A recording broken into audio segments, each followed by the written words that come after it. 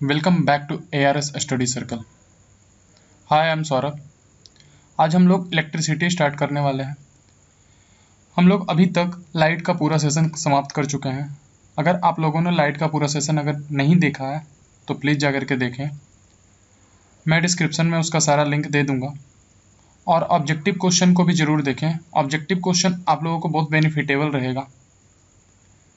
तो लाइट के लिए अब हम लोग काफ़ी मेहनत किए हैं। अब उसी तरह का इलेक्ट्रिसिटी में एक अच्छा खासा मेहनत करते हैं। इसके साथ हम लोग इलेक्ट्रिसिटी भी अच्छा कर लेंगे। ठीक है, आगे चलते हैं।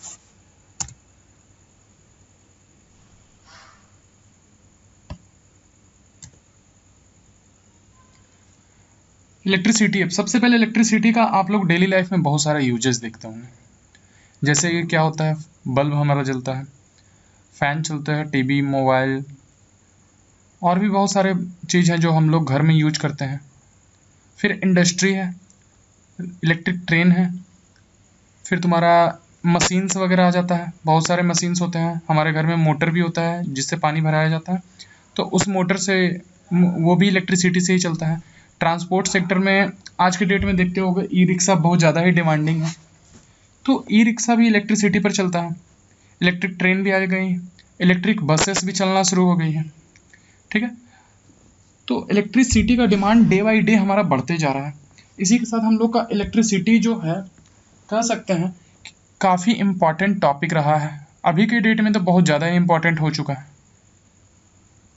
ठीक है, तो अब इलेक्ट्रिसिटी को सबसे पहले बेसिकली हम लोग कहाँ से क्या समझते हैं वो जान लेते हैं। तो इलेक्ट्रिसिटी जो होता है इलेक्ट्रिक चार्ज पर डिपेंडेंट होता है। इलेक्ट्रिक चार्ज जो है वो एक मतलब दो टाइप का चार्ज होता है, एक पॉजिटिव चार्ज, दूसरा नेगेटिव चार्ज। अब पॉजिटिव चार्ज क्या होता है, नेगेटिव चार्ज क्या होता है वो जान लेते हैं। तो जब देखिए, एक ग्लास रॉड ले लेंगे और उस ग्लास रॉड को क्या करेंगे, सिल्क पर रब करेंगे, सिल्क के कोई कपड़े पर रब करेंगे। तो उस दौरान क्या होगा, ग्लास रॉड जो एक चार्ज एक्वायर कर लेगा वो पॉजिटिव चार्ज हो जाएगा। ठीक है, ऐसा कन्वेंशनली बोला गया है। और उसके साथ फिर एक एवोनाइट रॉड लेंगे, अगर मतलब एवोनाइट रॉड को रब करेंगे एक वुलन क्लॉथ पर, और उस दौरान क्या होगा कि एवोनाइट रॉड पर निगेटिव चार्ज आ जाएगा। जैसे कि हम लोग ये देख लेते हैं, यहाँ पर देखिए ये क्या दिया हुआ है, एक ग्लास रॉड है।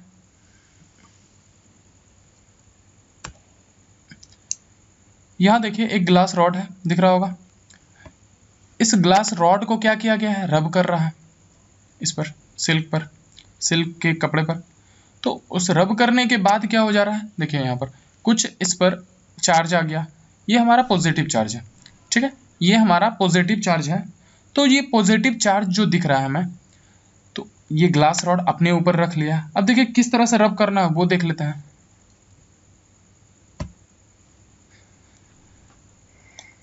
इस तरह से रब करना है ग्लास को सिल्क पर, और उसके बाद देखिए यहाँ पर से आपको दिख रहा होगा साफ साफ कि कपड़े पर आ गया है निगेटिव चार्ज। यहाँ मैं दिखाता हूँ अच्छे से।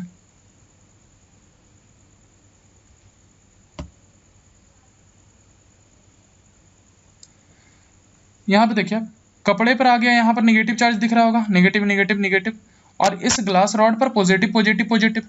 वही यहाँ चीज है, इसको इस पर रब किए, उसके बाद इस पर एक पॉजिटिव चार्ज आ गया। ये पॉजिटिव है, पॉजिटिव है, पॉजिटिव है, ये भी पॉजिटिव है, यहाँ भी एक पॉजिटिव है, यहाँ भी एक पॉजिटिव है, ये भी पॉजिटिव है, और इस पर आ जाता है निगेटिव चार्ज, जो कि मैं दिखा देता हूँ निगेटिव किस तरह से रहेगा।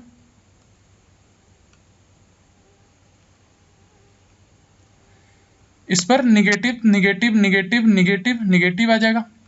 ठीक है, इस तरह से नेगेटिव चार्ज इस पे आ जाता है। फिर एबोनॉइड रॉड वाला भी देख लेता हूँ। तो एबोनॉइड रॉड क्या हो रहा है, यहाँ देखिए एक एबोनॉइड रॉड है, यहाँ एबोनॉइड रॉड है ये। ठीक है, एबोनॉइड रॉड को क्या किया गया है, रब कर रहा है। ठीक है, एबोनॉइड रॉड को रब कर रहा है। उसके बाद जो एबोनॉइड रॉड पर है ये निगेटिव चार्ज दिख रहा होगा, निगेटिव चार्ज आ रहा है एबोनॉइड रॉड पर, और इस पर जो कपड़ा है हमारा वुलन फर है, वुलन क्लॉथ्स है, उस पर पॉजिटिव चार्ज आ रहा है। ठीक है, अब इसमें भी इस तरह से रब कर रहे हैं इसको भी।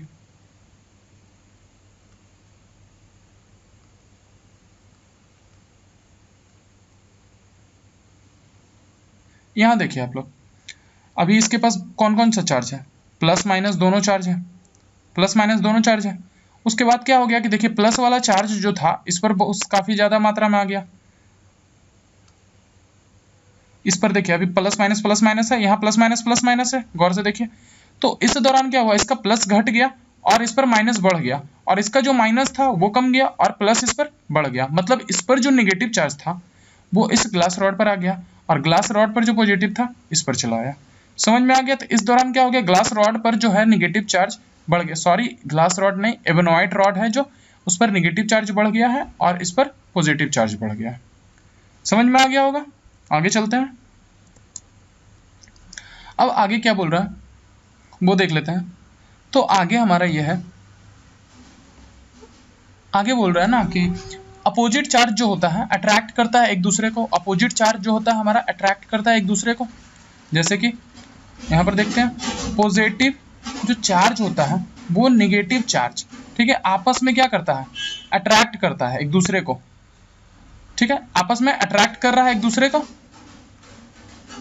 अट्रैक्ट कर रहा है एक दूसरे को। जैसे कि और नेगेटिव चार्ज जो होता है पॉजिटिव को अट्रैक्ट करता है। चुंबक देखे होगे, दो चुंबक रहता है, कभी कभी ये एक दूसरे को अट्रैक्ट करता है, कभी कभी ये एक दूसरे को रिपेल कर देता है। ठीक है, अट्रैक्ट और रिपेल करता है, यहाँ से अट्रैक्ट कर रहा है, कभी रिपेल कर रहा है। तो चुंबक में जो होता है, मैग्नेट जो होता है हमारा, वो दोनों प्रॉपर्टी शो करता है। कभी कभी यहाँ पर देखिए इसमें नॉर्थ और साउथ होता है। ठीक है, ये भी पढ़ाया जाना है, मैं पढ़ा दूंगा ये सारा कुछ। और इसमें साउथ और नॉर्थ होता है।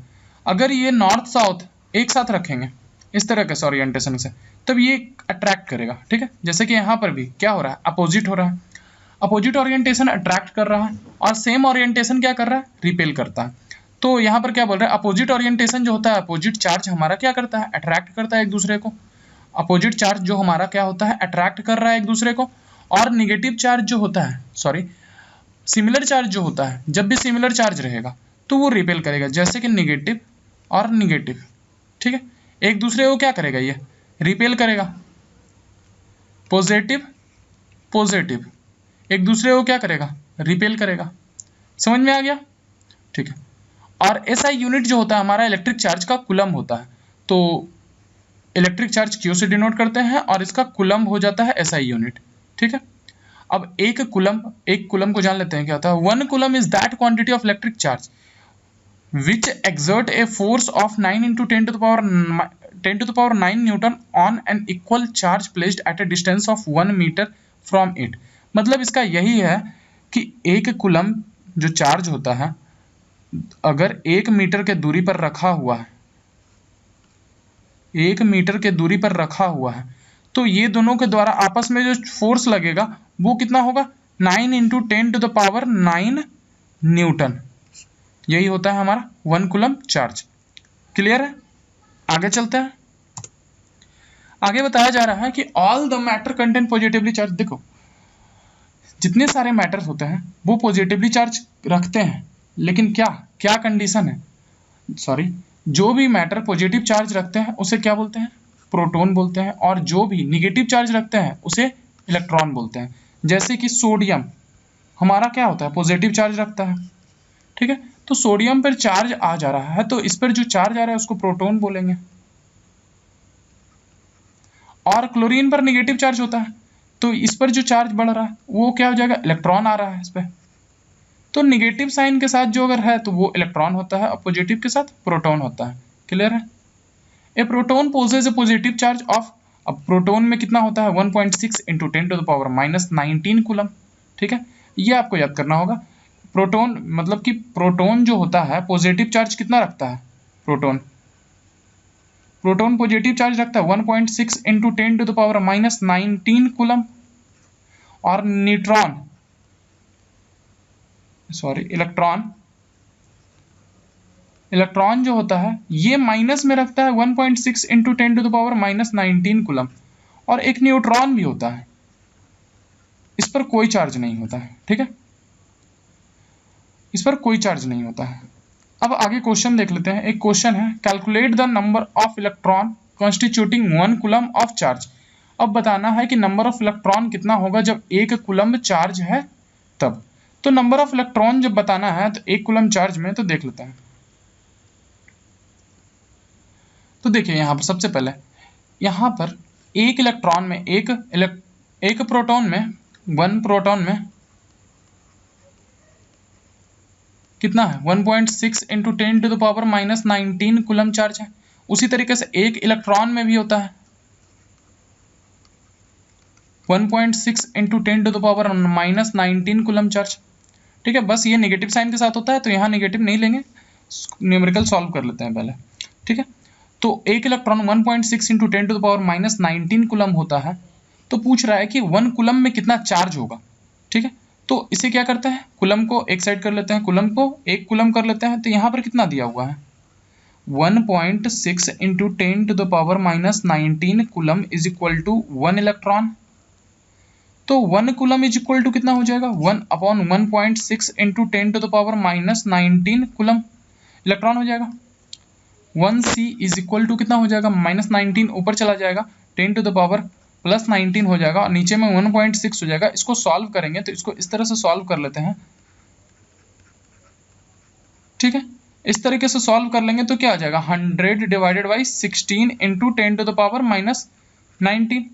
100 divided by 16 into 10 to the power -19 आता है। तो इसको डिवाइड करते हैं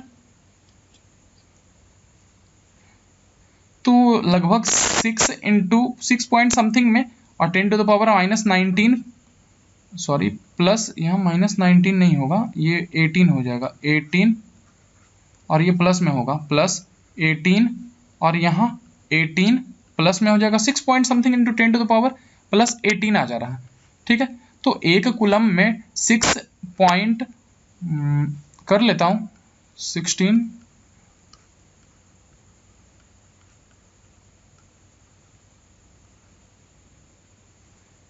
6.25 into 10 to the power +18 charge हो जा रहा है। ठीक है, इतना हमारा चार्ज आ जा रहा है, इलेक्ट्रॉन नंबर ऑफ इलेक्ट्रॉन आ जा रहा है इतना। क्लियर है, समझ में आ गया होगा। ठीक है, आगे की ओर चलते हैं। अब नेक्स्ट में अब हम बात कर रहे हैं कंडक्टर और इंसुलेटर क्या होता है। तो कंडक्टर पहले जान लेते हैं। डेली लाइफ में हम लोग बहुत सारे कंडक्टर देखते हैं, जैसे कि उनमें से पहले सबसे पहले कंडक्टर होता क्या है, तो कंडक्टर वैसा सबस्टांस जो इलेक्ट्रिसिटी को कंडक्ट करा दे। ठीक है, कंडक्ट का मतलब कि उससे फ्लो करने में उसको मदद करे या फिर खुद में वो फ्लो करने दे। ठीक है, तो इलेक्ट्रिसिटी फ्लो करने में जो सबस्टांस हेल्प करता है वो कंडक्टर के कैटेगरी में आता है। जैसे कि हमारा सिल्वर, कॉपर, एल्यूमिनियम, ये सब सारा हमारा कंडक्टर हो जाएगा। ठीक है, जैसे कि वाटर भी होता है तो इलेक्ट्रिसिटी वाटर में भी फ्लो करता है, लेकिन क्या प्योर वाटर या इम्प्योर वाटर, तो कहेंगे इम्प्योर वाटर। ठीक है, आयोनाइज्ड वाटर ही हमें इलेक्ट्रिसिटी को फ्लो करने में मदद करता है। अदरवाइज नॉन आयोनाइज्ड वाटर रहेगा तो वो वहाँ पर इलेक्ट्रिसिटी फ्लो नहीं करेगा या चार्ज फ्लो नहीं करेगा।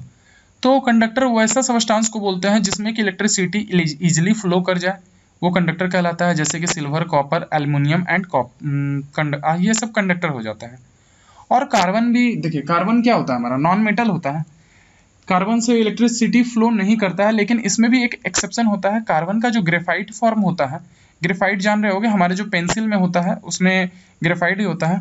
तो कार्बन का जो ग्रेफाइट रॉड होता है वो वहाँ से इलेक्ट्रिसिटी फ्लो कर जाता है, वो कंडक्टर की तरह काम करता है।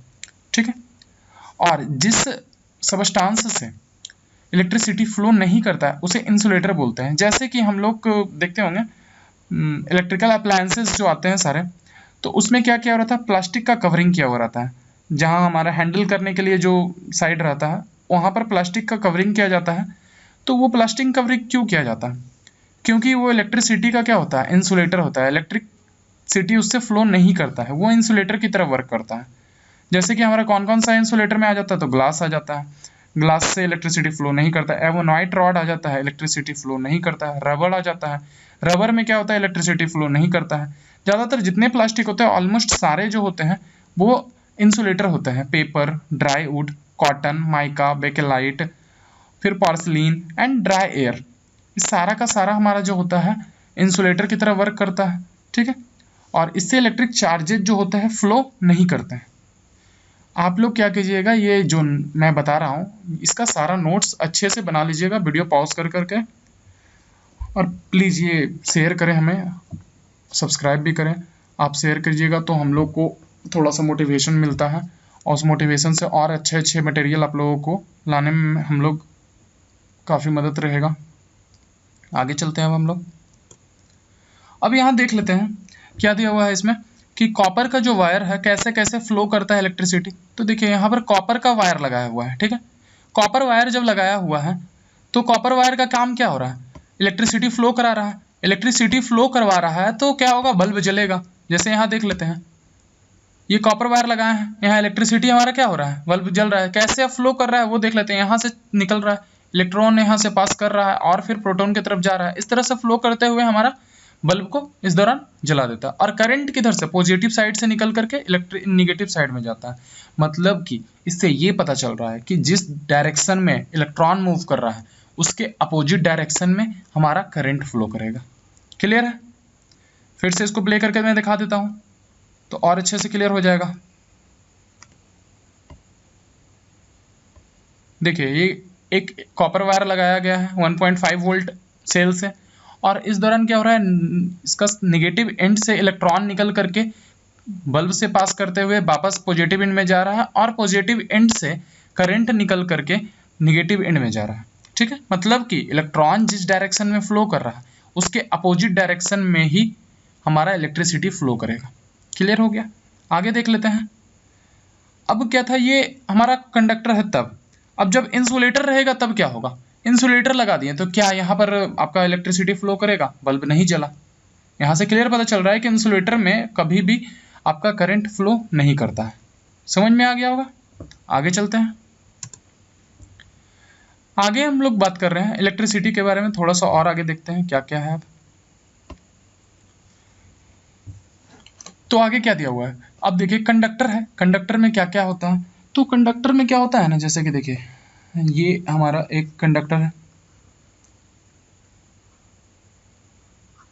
इसमें क्या होता है, जो इलेक्ट्रॉन होता है थोड़ा लूजली पैक्ड होता है। जैसे कि सोडियम के बारे में पढ़े होंगे आपने, सोडियम पे प्लस चार्ज क्यों होता है, तो इसका एटॉमिक नंबर कितना होता है, 11 होता है।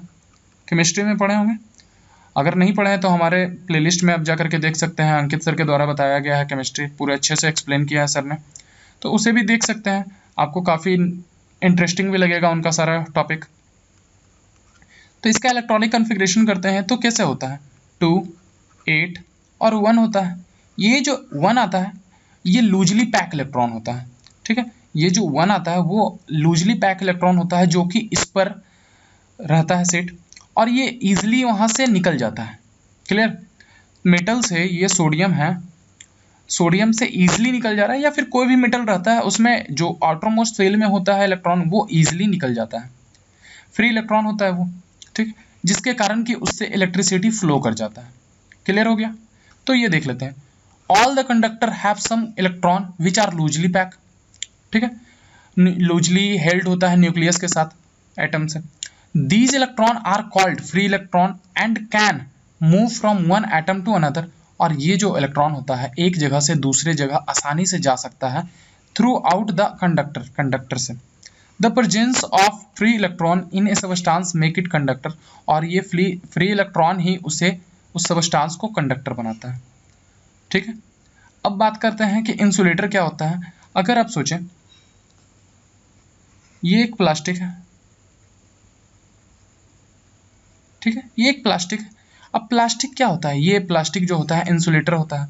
अब इंसुलेटर इसे क्यों बोल रहे हैं, क्योंकि इसमें जो इलेक्ट्रॉन होता है बहुत ही ये टाइटली बांधा हुआ होता है, मतलब कि टाइटली पैक होता है, और इसमें मतलब कि फ्री इलेक्ट्रॉन कोई नहीं होता।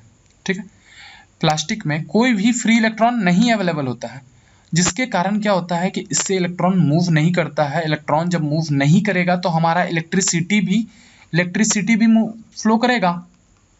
बताइए, तो इलेक्ट्रिसिटी भी नहीं फ्लो करेगा। जब हमारा इलेक्ट्रॉन ही मूवमेंट नहीं कर रहा है, इलेक्ट्रॉन का मूवमेंट नहीं है, तो इलेक्ट्रिसिटी का भी मूवमेंट नहीं रहेगा। क्लियर हो गया? समझ में आ गया होगा। अगर आप लोगों को समझ में नहीं आ रहा है तो आप हमारे टेलीग्राम पर अपना क्वेश्चन अराइज कीजिए, हम लोग आप लोगों का सॉल्यूशन भी जरूर प्रोवाइड करेंगे। और हमारे टेलीग्राम का जो लिंक है वो कमेंट सेक्शन में मिल जाएगा आप लोगों को, कमेंट सेक्शन में आप जा करके देख सकते हैं। आगे बात कर रहे हैं कि इलेक्ट्रिसिटी कितने टाइप का होता है। तो एक स्टैटिक इलेक्ट्रिसिटी होता है और एक करंट इलेक्ट्रिसिटी होता है। तो ये स्टैटिक इलेक्ट्रिसिटी क्या होता है, तो स्टैटिक के बेसिक हम लोग जान चुके हैं।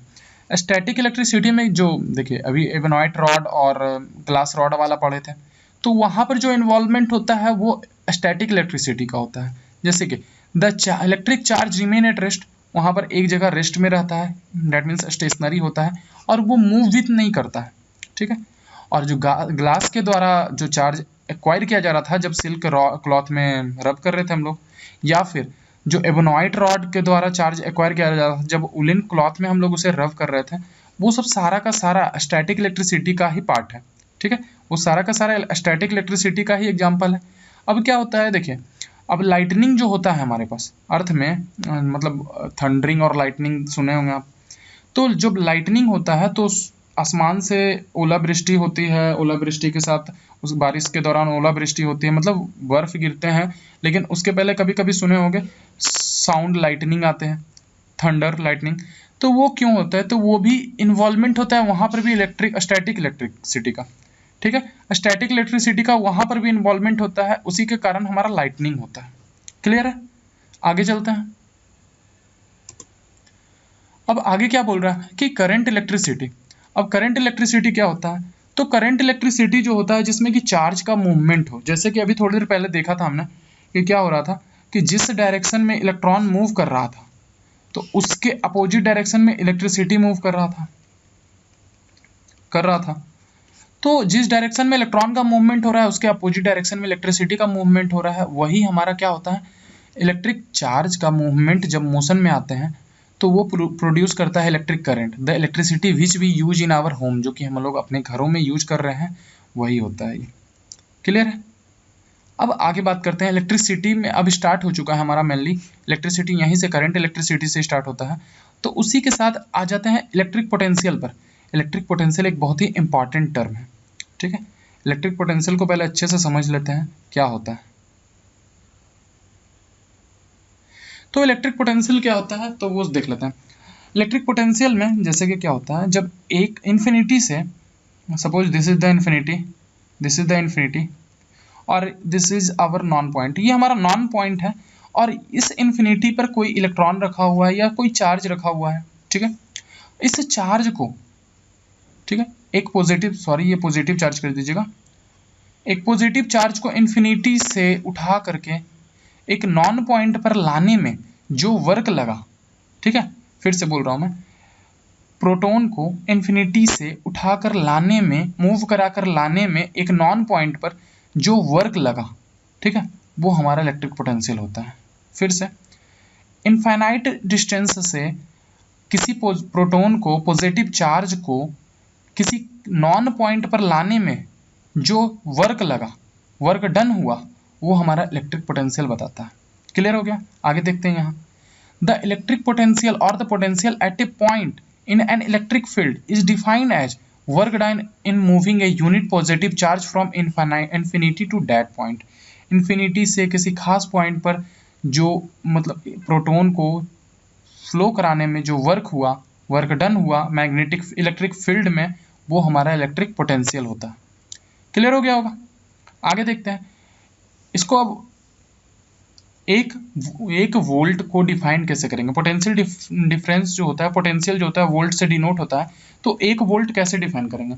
तो किसी पॉइंट पर एक वोल्ट क्या होता है, जब एक जूल वर्क होता लगता है, कब? एक कुलम चार्ज को इनफाइनाइट से किसी खास पॉइंट पर, किसी नॉन पॉइंट पर लाने में, एक कुलम चार्ज को इनफाइनाइट दूरी से किसी नॉन पॉइंट पर लाने में अगर एक जूल वर्क होता है तो वो हमारा एक वोल्ट पोटेंशियल दे देगा। क्लियर हो गया? फिर से बोल रहा हूं मैं, एक कुलम चार्ज को इनफाइनाइट दूरी से किसी खास पॉइंट पर, किसी नॉन पॉइंट पर ले जाने में एक जूल का वर्क हुआ होगा तो वो हमें एक वोल्ट पोटेंशियल प्रोवाइड करेगा। क्लियर है? इसको आप लोग नोट कर लें, इसको नोट्स बनाते जाएं अच्छे से, ये आप लोगों को बहुत बेनिफिटेबल होगा एग्जाम के दौरान। नेक्स्ट की ओर चलते हैं आगे। अब हम लोग बात करते हैं पोटेंशियल डिफरेंस का। अब पोटेंशियल डिफरेंस क्या होता है वो जान लेते हैं। तो पोटेंशियल डिफरेंस जो होता है, अब जैसे देखिए वहां पर क्या था, हम लोग इनफाइनाइट दूरी से ला रहे थे किसी खास पॉइंट पर चार्ज को। अब यहाँ क्या होगा, एक नॉन पॉइंट से दूसरे नॉन पॉइंट पर ले जाने में जो वर्क डन लगेगा एक कुलम चार्ज को, ठीक है, एक कुलम चार्ज को किसी नॉन पॉइंट से ले जाने में जो वर्क लगेगा वो हमारा यहाँ पर पोटेंशियल डिफरेंस दे देगा। ठीक है, the potential difference between 2 point in an electric circuit defined as amount of work done in moving a unit charge from one point to another point. एक पॉइंट से दूसरे पॉइंट जाने में एक यूनिट चार्ज को जितना वर्क लगेगा वो हमारा क्या बता देगा, पोटेंशियल डिफरेंस बता देगा। क्लियर है? तो यहाँ देख लेते हैं पोटेंशियल डिफरेंस क्या होता है। तो work done per unit charge moved, ठीक है, क्वांटिटी ऑफ चार्ज मूव। तो पोटेंशियल डिफरेंस जो होता है work done divided by quantity of charge move हो जाता है, वर्क डन हमारा मिल जाता है, work done divided by quantity of charge moved. ठीक है, पोटेंशियल डिफरेंस V बराबर W बाई क्यू, याद कर लीजिए फॉर्मूला बहुत इंपॉर्टेंट है, V बराबर W बाई क्यू। अब इसका SI यूनिट जान लेते हैं PD का। देखिए क्या है यहाँ पर पोटेंशियल डिफरेंस है, इसको शॉर्ट में PD भी बोलते हैं। ठीक है, तो कंफ्यूजन नहीं होना है, मैं बहुत बार PD भी बोलूंगा तो आप कंफ्यूज ना हो, पोटेंशियल डिफरेंस इससे समझें। ठीक है, तो SI यूनिट जो होता है पोटेंशियल डिफरेंस का क्या होता है, वोल्ट होता है, और इसे हम V से डिनोट करते हैं या फिर शॉर्ट फॉर्म PD भी बोल सकते हैं। ठीक है, आगे की ओर चलते हैं। आगे अब हमारा बात कर रहा है potential difference between 2 point is said to be 1 volt. अब 1 वोल्ट पोटेंशियल डिफरेंस कब बोला जाएगा, जब एक कूलम चार्ज को किसी एक नॉन पॉइंट से दूसरे नॉन पॉइंट ले जाने में 1 जूल वर्क लगेगा। ठीक है, एक कूलम चार्ज को किसी नॉन पॉइंट से दूसरे नॉन पॉइंट ले जाने में 1 जूल वर्क लगेगा। ठीक है, एक कूलम चार्ज को किसी नॉन पॉइंट से दूसरे नॉन पॉइंट में ले जाने में 1 जूल वर्क लगेगा, वो हमें 1 वोल्ट पोटेंशियल प्रोवाइड करेगा, पोटेंशियल डिफरेंस प्रोवाइड करेगा। क्लियर हो गया? The potential difference between 2 point is said to be 1 volt if 1 joule of work is done in moving 1 coulomb of electric charge from one point to other। Clear है? आगे की ओर चलते हैं। 1 volt क्या हो रहा है हमारा, 1 joule divided by 1 coulomb. Clear? 1 volt 1 joule by 1 coulomb, या फिर 1 वोल्ट बराबर बोल सकते हैं 1 V is equal to 1 joule per coulomb. इसको याद कर लें आप, न्यूमेरिकल में काम आएगा अभी ये। अब आगे देखते हैं, potential difference is measured by mean of instrument called volt meter. हमारा जो पोटेंशियल डिफरेंस होता है वो वोल्ट मीटर के द्वारा हम लोग मेजर कर सकते हैं। और वोल्ट मीटर में जो होता है ना बहुत ही हाई रेसिस्टेंस होता है, जिसके कारण ये जो होता है बहुत ही नेग्लिजिबल करंट लेता है, जिससे कि हम लोग का जो अप्लायंसेस होता है वो इफेक्ट नहीं होता है और उसे प्रॉपर करंट मिल जाता है। क्लियर है? आगे की ओर चलते हैं अब हम लोग। तो आज के लिए इतना रहने देते हैं, और अगर ये सेशन आप लोगों को अच्छा लगा हो तो प्लीज़ शेयर करें, सब्सक्राइब करें और हमें थोड़ा सा सपोर्ट करें, हम लोग ग्रो कर जाएंगे, आप लोगों को और भी अच्छा कंटेंट मिलते जाएगा। Thank you.